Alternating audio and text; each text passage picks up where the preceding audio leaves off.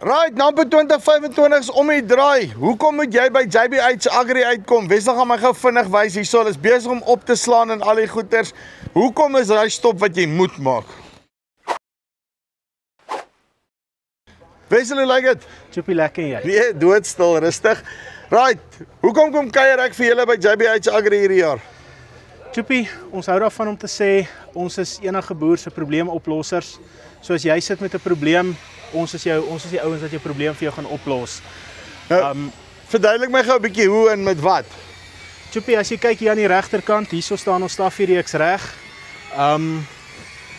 Ja, dit is vir ons ouens van die ouens met die wingerde klein trekkertjies. Ons begin op 'n 19 kW. Ons grootste trekker in die reeks is 'n 74 kW trekker. Ek dink meeste van die ouens in Suid-Afrika is al bekend met die Taffy trekkers. Ek dink nie is 'n trekker wat voorstelling nodig het nie. So, weet.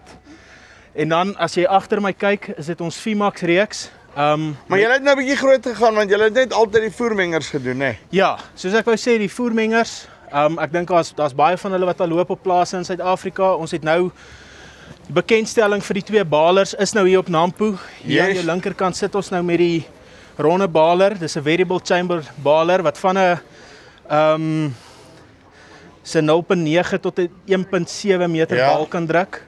Hy het ook jou lemma aan die binnekant, so jy gaan op die ou en dan gaan jy 'n lekker swaar bal met hom druk. So dan maak julle nou sommer die hele ding toe. Ek kan my voer afhaal, ek kan my voer meng, die hele lot, hè. Dis die storie. En dan het ons vierkantige balertjie.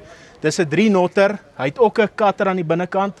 So ons gaan ook 'n lekker swaar vierkantige baltjie vir jou kan druk met hom ook. Spesiale aanbiedinge of is julle altyd op spesiale aanbiedinge? Nee, jy weet ons is altyd op spesiale aanbiedinge, maar ek dink ons het 'n verrassingkie of twee wat wag vir Nampo.